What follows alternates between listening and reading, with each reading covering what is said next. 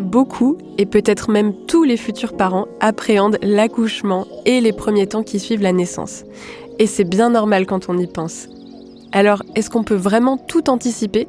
Je vous préviens tout de suite, c'est impossible, mais ce qui est sûr, c'est qu'on peut se préparer, être accompagné, rassuré, informé. Et ça change tout.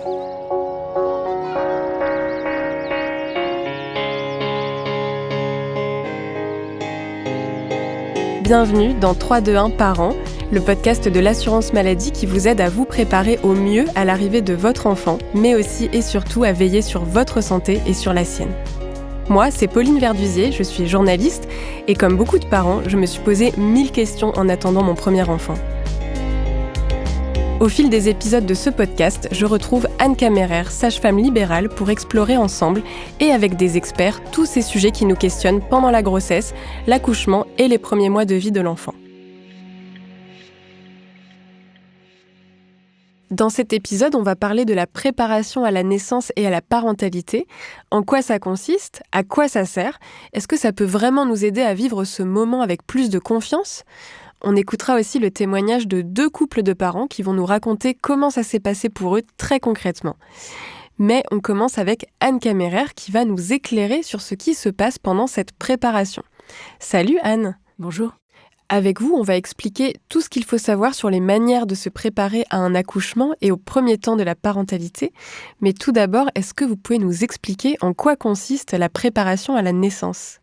Alors, les séances de préparation à la naissance et à la parentalité, elles se font en plus du suivi médical de grossesse qu'on fait chaque mois. Ça représente un volume de 7 séances remboursées par la Sécurité sociale, à partir du moment où c'est fait par une sage-femme ou par un médecin. Alors, on n'est pas obligé de réaliser la totalité de ces séances avec la même personne. On peut tout à fait faire un certain nombre de séances avec une professionnelle, puis la suite des séances avec quelqu'un d'autre. Et si on choisit de faire des séances en plus, dans ce cas-là, elles restent à nos frais. Et les séances peuvent se passer avec une professionnelle en libéral ou à la maternité, c'est bien ça ? Oui, c'est ça. Toutes les maternités ne proposent pas forcément de séances de préparation à la naissance, mais si la maternité vous avez prévu d'accoucher en propose, vous pouvez tout à fait faire certaines séances à la maternité et d'autres séances en libéral. Qu'est-ce qu'on apprend au cours de ces séances ? Le contenu des séances peut varier beaucoup selon le type de préparation qu'on choisit. Souvent, on parle de préparation classique pour désigner la préparation à la naissance qui est la plus fréquente. Et cette préparation classique, donc elle peut se faire en individuel ou en collectif. Souvent, ça peut être des groupes de parents qui attendent un bébé à peu près au même moment. Donc chaque séance porte sur une thématique donnée et le but de la préparation classique, c'est de vous donner des repères, des informations pour que vous vous sentiez plus à l'aise en fait sur les différentes étapes de la grossesse, de l'accouchement et de l'après. On va par exemple aborder des choses comme comment on reconnaît des contractions de travail, quand est-ce qu'on doit se rendre à l'hôpital, qu'est-ce qui va se passer là-bas, quels sont les professionnels qu'on rencontre, comment se passe le moment de la poussée, qu'est-ce qu'on peut faire pour soulager la douleur de contraction, comment se passe un allaitement, comment se passent les premiers jours avec un bébé. En fait, voilà, on peut dérouler un peu un fil chronologique de toutes les choses nouvelles à découvrir qui concernent l'arrivée d'un enfant. Et on peut vous donner des conseils, des astuces et échanger en fait ensemble, répondre à vos questions sur tous ces sujets-là. Et on parle de préparation à la naissance et à la parentalité parce qu'en fait, ça ne s'arrête pas au jour de l'accouchement. Finalement, il y a beaucoup de choses à découvrir sur l'après. Et très souvent, lors de ces séances, on va aborder les premiers jours, les premières semaines avec un bébé. On peut aborder la question du sommeil, la question de l'alimentation, le suivi médical des enfants. Voilà, pareil, vous donnez une feuille de route un petit peu pour les débuts de votre vie de parent. Si je comprends bien, c'est vraiment pour avoir confiance en soi et être informé finalement. L'idée, c'est qu'en fait, on ne sait pas encore quelle va être l'histoire de naissance de ce bébé-là. Et le fait d'aborder ensemble comment se passent en général les naissances, quels sont les chemins possibles pour venir au monde, ça permet un petit peu comme si on dépliait une grande carte de randonnée qu'on n'avait jamais faite, de se dire ça c'est le chemin principal, ça c'est les raccourcis, les chemins possibles. Et comme ça, le jour où vous faites la randonnée, le jour où votre bébé arrive, il y a certaines choses qui vont vous paraître familières alors que c'est la première fois que vous les vivez. L'objectif, c'est que vous vous sentiez plus à l'aise, plus en confiance dans les différentes étapes. Comment s'organise une séance de préparation à la naissance et à la parentalité ? Chaque sage-femme organise le contenu des séances à sa manière. Donc, il peut y avoir des variations entre les différentes professionnelles. Mais c'est vrai qu'on aborde toutes quand même les principales thématiques de l'accouchement et du début de la parentalité. Par exemple, toutes les sages-femmes parlent de comment reconnaître les contractions de l'accouchement. Moi, par exemple, j'aime bien mimer les contractions parce que je trouve que ça rend les choses assez concrètes, que ça permet aux gens de savoir à quoi ça ressemble une femme en travail, pour se rassurer, pour voir que c'est normal, que ce soit parfois très intense ou qu'on ait besoin de souffler, de bouger, parfois de crier. Et puis d'autres sages-femmes vont peut-être expliquer ça à leur manière à elles. Est-ce que c'est aussi utile de refaire ces séances pour un deuxième enfant ? Pour nous, en tout cas, oui, parce qu'on aime bien avoir parfois dans un groupe une femme qui a déjà accouché et qui va pouvoir participer et parler de son expérience. Souvent, c'est assez intéressant et assez riche pour le groupe. Souvent, il y a des femmes qui vont décrire le fait que le temps de préparation à la naissance pour une deuxième ou une troisième grossesse, ça permet aussi de prendre un temps dédié à cette grossesse. Parce que souvent, on court partout, on a déjà une vie quotidienne très chargée et on peut avoir l'impression que la grossesse passe à toute vitesse sans qu'on ait eu le temps de se consacrer à ce bébé-là qu'on est en train d'attendre. Et d'avoir des temps de préparation, c'est aussi des temps où on se pose, on a un moment un peu dédié et privilégié pour penser à cet enfant et préparer sa venue.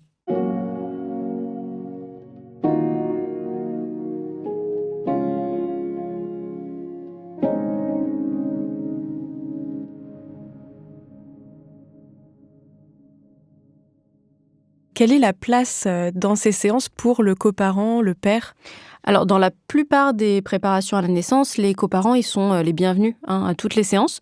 Donc, bien sûr, quand c'est des séances en couple ou individuelles, mais aussi dans les séances collectives.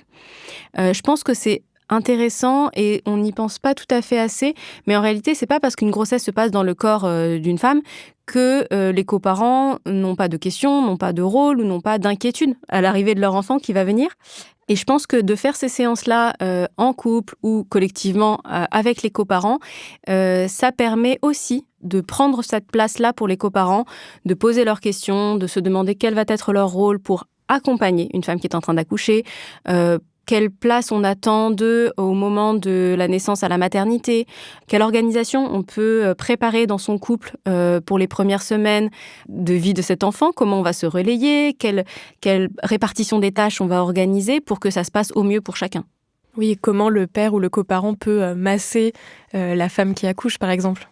Voilà, ça peut être tout à fait des séances où on va parfois parler de la gestion de la douleur et de comment être à deux dans ces moments-là. Ça peut être un très bon soutien et des massages, des étirements, des phrases rassurantes peuvent être un super accompagnement, ouais. Alors, avant l'accouchement, on peut faire ce qu'on appelle un projet de naissance. Est-ce que vous pouvez nous expliquer en quoi ça consiste et pourquoi en faire un ? Alors, le projet de naissance, c'est une manière de communiquer avec l'équipe qui va s'occuper de vous à la maternité. L'objectif, c'est que ça tienne sur une feuille de papier et que vous puissiez le transmettre en fin de grossesse pour qu'il soit ajouté à votre dossier et que les professionnels présents le jour de la naissance puissent le consulter dans votre dossier. Et ce qu'on y met, ce sont des informations sur notre histoire ou sur nos envies qui vont être spécifiques à nos besoins, spécifiques à nos attentes, pour que des gens qui ne nous connaissent pas puissent adapter leur accompagnement et qu'on se sente les plus à l'aise possible. Qu'est-ce que ça peut être, par exemple ? Par exemple, on n'a pas besoin de préciser qu'on a envie que tout se passe bien. Tout le monde, en fait, a envie que tout se passe bien. Mais par contre, la manière dont on envisage la gestion de la douleur peut être différente selon les femmes. Il va y avoir des femmes qui vont dire « Moi, j'ai extrêmement peur de la douleur et dès que c'est possible, j'aimerais qu'on pose une péridurale. » OK. Et puis, il y a d'autres femmes qui vont nous dire « Moi, j'ai envie d'un accouchement physiologique sans péridurale et j'ai surtout pas envie qu'on vienne me la proposer toutes les 5 minutes. » Bon, voilà, ça, ce sont 2 façons possibles de vivre les choses et d'avoir des attentes particulières. Et du coup, le fait de le préciser, ça peut permettre à l'équipe de mieux s'adapter à vos envies et à vos besoins. Ça peut être des choses qui concernent vos appréhensions, vos inquiétudes. J'ai très peur de la vue du sang. Ou bien j'ai très peur des piqûres. J'aurais besoin que ce ne soit pas une étudiante ou un étudiant infirmier qui fasse une pause de perfusion parce que j'ai peur de tomber dans les pommes si on fait ça. Ça peut être des choses sur votre histoire. J'ai vécu, par exemple, des violences dans ma vie et j'en suis restée très marquée. J'aimerais qu'il y ait le moins de professionnels possible présents ou bien j'appréhende l'examen gynécologique. Voilà, ça peut être des informations importantes pour que les professionnels les gardent en tête et s'adaptent le mieux possible. Et puis, ça peut être aussi des choses qui concernent les coparents. Par exemple, mon partenaire ou ma partenaire a très envie d'attraper le bébé ce jour-là avec la sage-femme. C'est tout à fait possible, mais c'est bien si la sage-femme le sait à l'avance pour pouvoir s'adapter. Ou bien, ma partenaire, elle est malentendante, elle a besoin que les professionnels ne portent pas le masque quand on s'adresse à elle parce qu'elle a besoin de lire sur les lèvres. Bon voilà, ce sont des choses qui font que on prend en compte vos spécificités de façon à ce que vous soyez le plus serein et le plus confortable, même quand vous êtes avec des professionnels qui ne vous connaissent pas a priori. Est-ce que c'est obligatoire finalement d'écrire ce projet de naissance ou est-ce qu'il y a d'autres moyens de le faire ? Alors non, c'est pas du tout obligatoire. L'objectif, c'est toujours que ce soit un outil pratique pour vous. Donc il y a des gens qui vont être à l'aise avec cette formulation à l'écrit, qui peuvent réfléchir en avance, et puis il y a d'autres personnes qui, au contraire, vont préférer transmettre les informations au fur et à mesure, à l'oral, simplement en rencontrant les équipes. Quand vous arrivez pour accoucher, il y a des gens qui n'auront pas écrit de projet de naissance, mais qui vont dire « Ah voilà, juste un petit truc à savoir sur nous, c'est on a envie de ci, on a envie de ça, ou alors on a peur de ci, on a peur de ça ». Donc on s'adapte vraiment, c'est une manière comme une autre de communiquer. Et on utilise celle qu'on préfère. Merci Anne Kammerer pour ces explications. Merci.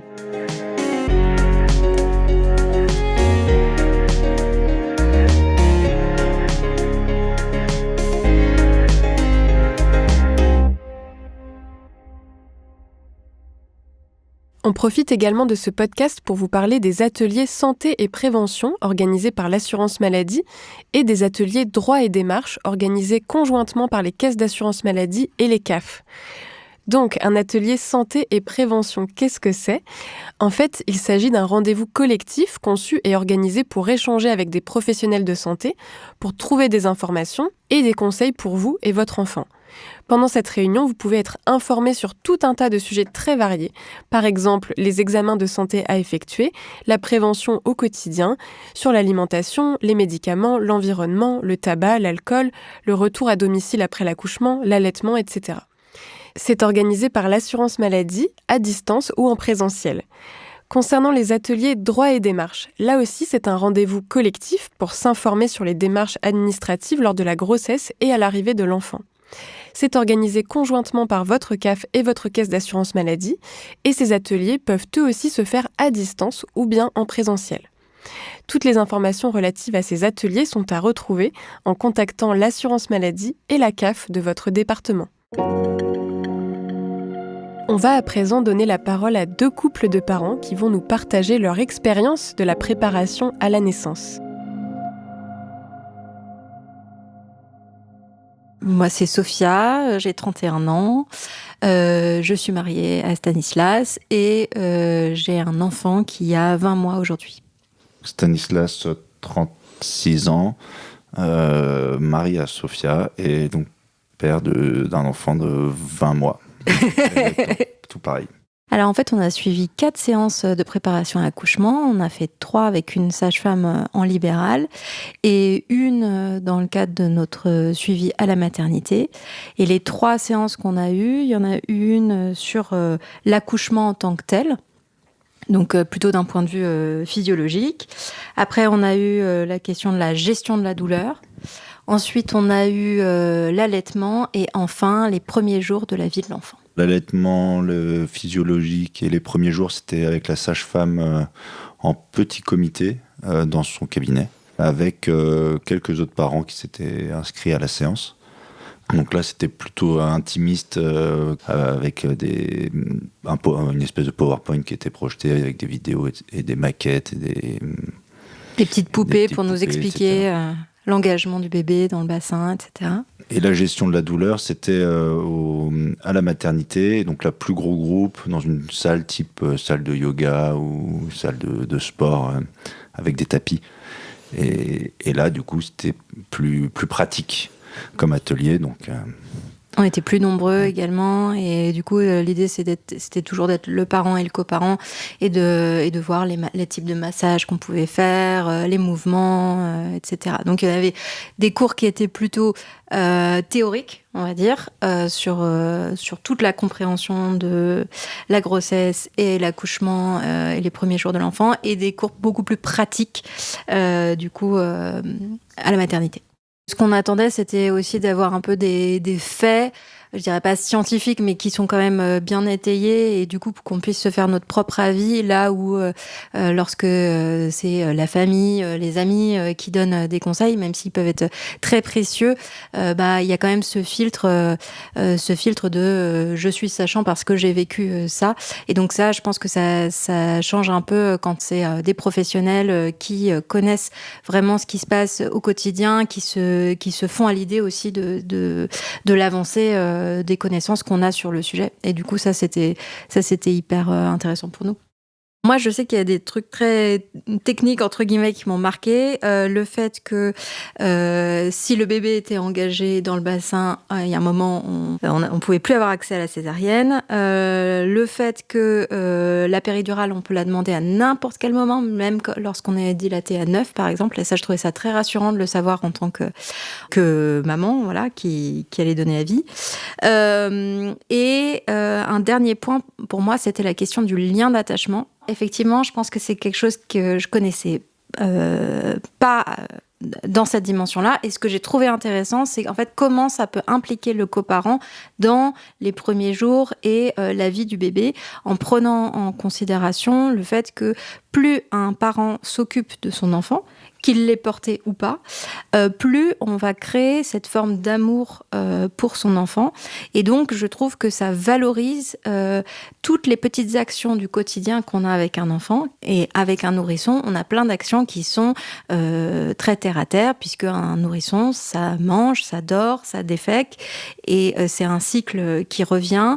Et donc, du coup, je trouve que le fait de prendre en considération que le temps qu'on passe à faire ces choses du quotidien va favoriser le lien d'attachement, ça permet de créer et d'inclure le coparent dans cette relation.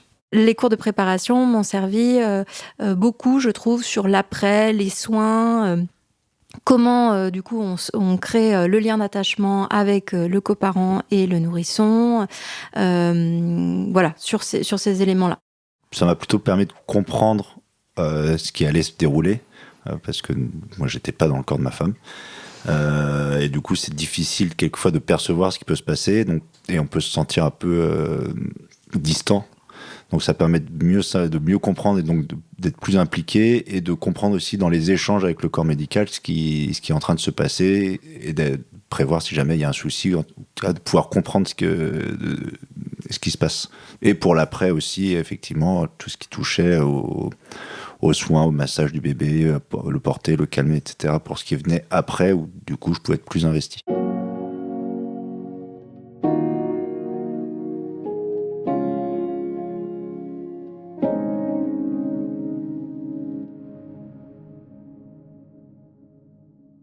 Lorsque notre enfant est né, on a eu du mal à lancer l'allaitement. En fait, ça n'a pas fonctionné. Et du coup, j'ai eu une montée de lait assez tardive, à plus de 8 jours révolus. Et on s'est souvenu d'une remarque que notre sage-femme nous avait faite, qui était qu'elle faisait une comparaison, une métaphore entre l'allaitement et une livraison qu'on demande par Internet. Et elle disait, en fait, entre le moment où on fait cette livraison, donc le moment où le bébé va tirer le lait, et le moment où on va recevoir le colis, c'est-à-dire où le lait, la production de lait va s'ajuster à la demande du bébé, eh bien, il y a un délai. Et ça nous a été très utile parce qu'on s'est dit, il faut continuer à faire en sorte que le bébé demande et prenne le sein ou soit stimulé artificiellement, ou que le sein soit stimulé artificiellement par exemple, le tire-lait. Et ça va permettre du coup d'ajuster la production de lait en fonction. Et ça, c'est quelque chose qu'on a vraiment gardé en tête et qui nous a aidé à pouvoir finalement faire en sorte que cette lactation démarre. Je me souviens d'une chose dont notre sage-femme nous avait parlé, c'était d'inclure justement le coparent dans l'allaitement. Et ça, je trouvais ça très intéressant. Elle expliquait que ce n'est pas parce qu'il y a un des deux parents qui allaite que l'autre ne peut pas avoir une fonction, notamment pendant la nuit, changer, faire les soins du bébé et apporter le bébé à la mère pour qu'elle puisse allaiter sans avoir besoin de se relever et sans se fatiguer par rapport à ça. Et ça, c'est quelque chose que j'ai bien retenu et qui était important parce que voilà, il y avait cette question d'inclusion, mais cette question aussi de finalement de soulager, de protéger d'une certaine manière la mère dans ce moment de grande vulnérabilité qui est le postpartum. Ça permet de déculpabiliser aussi la femme, j'ai l'impression, si ça fonctionne pas tout de suite, parce que du coup, c'est pas tout le monde à qui ça va arriver du premier coup, c'est pas tout le monde il y en a à qui quelquefois malheureusement ça va pas fonctionner alors qu'elles en ont envie, etc. Et je trouve que le fait d'être prévenu en amont et de savoir que ça dépend des personnes, il y a un côté peut-être déculpabilisant. Soyons honnêtes, il y a beaucoup de choses quand même qui ont volé en éclats le jour de l'accouchement, parce que c'est vrai qu'on a beau préparer alors il y a les questions de respiration que je crois que tu as pas mal utilisées. Oui, la respiration. Mais après, au niveau des positions, des massages, etc., on n'a pas forcément pu trop les utiliser parce qu'il se trouve que nous, on a passé beaucoup de temps en salle d'attente, donc dans des conditions qui n'étaient pas optimales pour Sophia. Puis en fait, le jour J, j'avais plus du tout les mêmes envies. C'est-à-dire que par exemple, on avait dit que on voudrait de la musique, on voudrait que je voulais que ça me fasse un certain nombre de massages, etc. Or, je voulais absolument pas de musique lorsque j'étais en plein travail. Je voulais absolument pas qu'on me touche. Enfin, en fait, voilà, il y avait plein de choses qui correspondaient pas du tout à la projection qu'on avait de ce moment-là. On a eu connaissance du projet de naissance, d'abord en se renseignant quand même pas mal sur la maternité et l'accouchement, notamment au travers de BD, au travers d'un certain nombre d'ouvrages. Et donc c'est comme ça qu'est venue l'idée d'essayer de formaliser ce projet de naissance. Il était relativement court, il s'intéressait évidemment plutôt à la phase notamment de gestion de la douleur, concernait voilà plutôt un accouchement dans l'eau, certains éléments dont on a parlé de musique notamment, massage, etc. Voilà, et puis après sur l'après accouchement en tant que tel, l'après travail, c'était le fait d'avoir du pot à pot, de favoriser la relation avec le bébé dès sa sortie, notamment tout ce qui concerne la prise au sein, etc. Et dans les faits, on s'est rendu compte de deux choses. La première, c'est qu'on avait quand même choisi une maternité qui prenait déjà en compte un certain nombre de ces points, et donc du coup c'était pas vraiment une nouveauté pour eux, et donc c'était pas forcément quelque chose sur lequel on a eu besoin d'appuyer. On a eu l'impression que ça faisait partie de leurs habitudes. Et le second point, c'est mais ça le corps médical nous a mis en confiance par rapport à ça, c'est qu'en fait ils nous ont redemandé à chaque fois ce dont on avait envie, ce qui était très bien parce que en fait on avait des envies qui ont beaucoup évolué. Par exemple, l'envie d'accoucher dans l'eau. En fait, comme j'avais pu prendre un bain en ayant déjà le démarrage du travail avant d'arriver à l'hôpital, en fait, arrivé à l'hôpital, j'avais plus du tout envie de ça. Voilà, il y a un certain nombre d'éléments comme ça dont je n'avais pas envie sur le coup. Et d'autre part, après, il y a les aléas de la naissance. Nous, c'était un accouchement qui était très long. Il y a eu de légères complications et qui ont fait qu'il y a dû avoir une prise en charge un petit peu plus rapide sur certains points. Donc, par exemple, le pot à pot n'a pas pu se faire tout de suite. Voilà, des éléments comme ça. Et en fait, pour nous, ce projet de naissance a permis à la fois de nous projeter dans cette naissance et dans l'arrivée de notre enfant. Et en même temps, et ça nous avait beaucoup été dit par notre sage-femme, vous vous adapterez à la situation. Et ça, je pense que c'était très, très important de nous le dire, parce que même si ça peut être difficile à vivre, c'est quand même aidant de pouvoir revenir là-dessus en disant, oui, effectivement, tout est une affaire d'adaptation, rien n'est figé dans le marbre, les besoins ne sont pas ceux qu'on imaginait à l'instant où on a pensé la chose.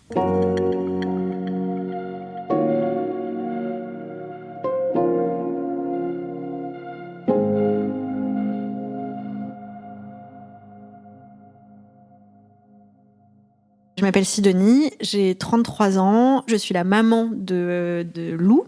Il aura 3 ans le 14 mai. Et donc moi, Thomas, 34 ans. Et donc, je suis le papa de Lou. On a suivi des cours de préparation à l'accouchement. Et je dis on parce que je tiens à préciser quand même que Thomas a été à chaque... t'es venu à chaque cours. Exactement, je suis venu à tous les cours. On a fait 5 au total. Et comment ça s'est passé ? Moi, j'étais suivie par un gynécologue et en parallèle, donc pour le suivi plutôt de préparation, j'avais pris une sage-femme. Et ça a été assez facile et assez fluide. Thomas, pendant les cours, il sortait son téléphone. J'étais hyper gênée au début parce que, en fait, il sortait son téléphone et il notait en fait tous les trucs. Et moi, je pensais, le premier cours, qu'il en avait rien à battre de ce que racontait la sage-femme. Et en fin de compte, tu notais mot pour mot tout ce qu'elle racontait. Ouais. Moi, je me souviens que c'était une nana elle était très douce. Mais même son visage en fait était doux, donc c'était très rassurant. Et ce qui nous a aidé aussi, c'est qu'on était seuls avec elle. Ouais, c'est sûr. Et je me rappelle que tout de suite, elle nous disait bon bah voilà, aujourd'hui cette séance, ce qu'on va aborder, ça va être telle thématique, et la semaine prochaine on verra plutôt ces sujets-là. Et donc ça permettait aussi de se projeter et d'éviter aussi de poser des questions qui arriveraient les séances d'après. Première séance, ça tournait plutôt autour de, justement, est-ce qu'il y a un projet de naissance ? C'est plus en règle générale. Et puis, au fur et à mesure, en fait, tu fais avec l'accouchement qui arrive. Et en fin de compte, je pensais que la plupart des séances, genre sur les 5 séances, que 3 sur 5 allaient concerner le moment, comment tu fais pour pousser. Et en fait, non, pas du tout. Il me semble que ça a été... C'était quoi, la dernière séance Ouais, c'était l'avant-dernière séance, parce que la dernière séance, c'est je vous préparais un peu à tout ce qui peut arriver, et au moins vous serez prêts, voilà, qu'est-ce qui peut se passer le jour de... Ah oui, c'est là où au moment de l'accouchement. Et moi, je sais qu'à l'inverse de toi, où toi, c'était beaucoup sur la préparation, le sac, etc. Et moi, j'avais un côté ultra pratique de dire, OK, à partir de quand il faut qu'on prenne la voiture et qu'on aille aux urgences pour accoucher. Donc ça, moi, c'était vraiment la question qui me trottait de OK, c'est quoi l'espacement des contractions ? Enfin, il y avait un côté très pratique de se dire OK, comment on gère, quand est-ce qu'on donne le top départ ? En fait, les cours à l'accouchement, ça a permis aussi de rendre réel, et notamment en tant que père où on porte pas l'enfant, donc ça devient réel de dire OK, bon, bah, on se rend compte forcément que notre partenaire de vie, elle porte un enfant, mais que en fait, ça va bientôt arriver. Et ça rend concret un peu ce moment. Et moi, je sais que ça m'a permis de me dire, en fait, OK, c'est bon, je suis prêt. Et si ça arrive maintenant, ça arrive maintenant.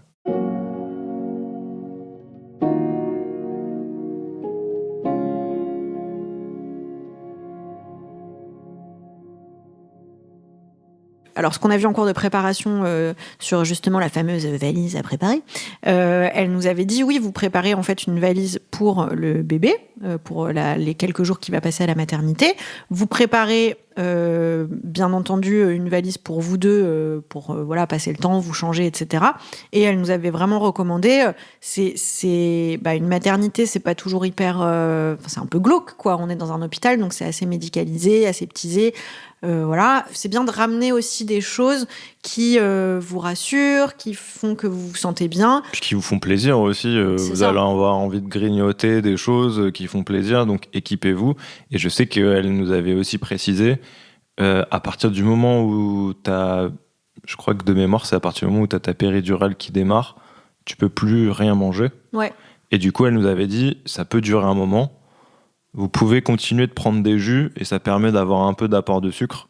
Et heureusement, parce que ça t'a permis de tenir sans t'évanouir quand même pendant un paquet d'heures, quoi. Ouais.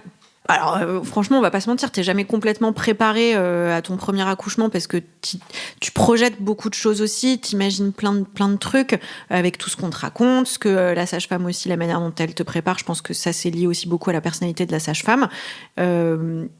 Donc il y a certaines choses qu'on comprenait, notamment le col, s'il n'est pas suffisamment dilaté, en fait on peut pas commencer le travail. Moi je me souviens que j'avais beaucoup dit dès le premier cours, je pense, de préparation, que moi la péridurale, c'était, y a pas de question qui se pose, quoi. Je la veux et tout de suite je ne veux pas être en douleur. Et donc ça, par exemple, je pense que d'en avoir discuté avec elle, ça m'a permis aussi d'être très au clair avec le corps médical et de dire, en fait, dès que vous commencez à me déclencher, je veux une péridurale. Je veux pas attendre d'avoir mal. Donc oui, il y a plein de petites choses qui nous ont servi. Après, je pense que chaque accouchement est différent et puis on était vraiment dans un cadre. C'était pisse. Ouais, on était vraiment dans un cadre de confiance et donc en fait, on était vraiment à se laisser porter.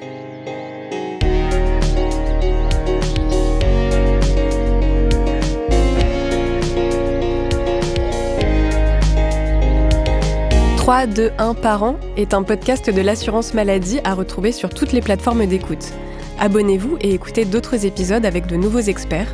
Et pour retrouver encore plus d'informations sur la grossesse et la parentalité, rendez-vous sur amélie.fr.